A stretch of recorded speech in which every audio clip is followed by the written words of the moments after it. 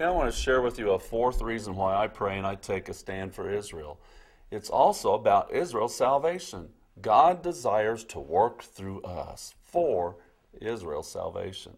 Wow, you say, what are you talking about? Well, it comes from the book of Romans, specifically the 9th chapter, as well as other places.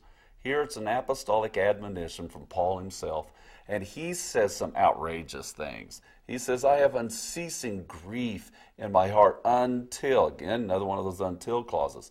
He says, I wish I myself would be accursed that my brethren would be saved.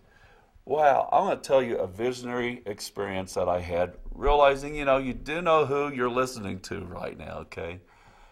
In one of our Israel prayer watches that we often have, and lots of times we include it in the middle of our weekend intensives or even our conferences. And one of them, we were doing a School of the Supernatural, and so I was leading a noontime prayer for Israel. And in that, I saw a tunnel of light in this awesome time of worship. A tunnel of light just beaming towards me. At the end of this hallway, I saw a man in a vision standing. And then I saw his heart, and it was just beating.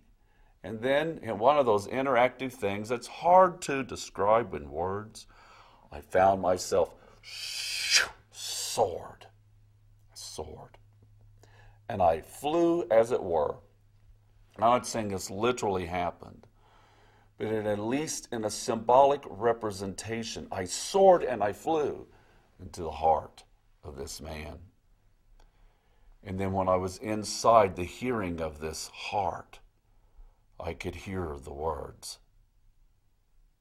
I wish, I desire that all Israel be saved. I came from out of the visionary encounter into then my conscious awareness, and I became keenly attuned that I was hearing the heartbeat of God, an apostolic heart. You don't want to have an apostolic heart? There's a lot of talk today about apostles and prophets.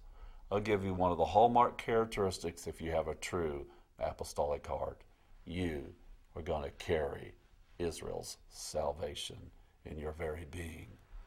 Why do I pray and take a stand for Israel? Because I believe our prayers make a difference. And I invite you to join me to an apostolic heart of prayer for Israel's sake. And that the blinders would come off, and that they would behold the beauty of the Lord, and they would know whom their Messiah is. Bless you.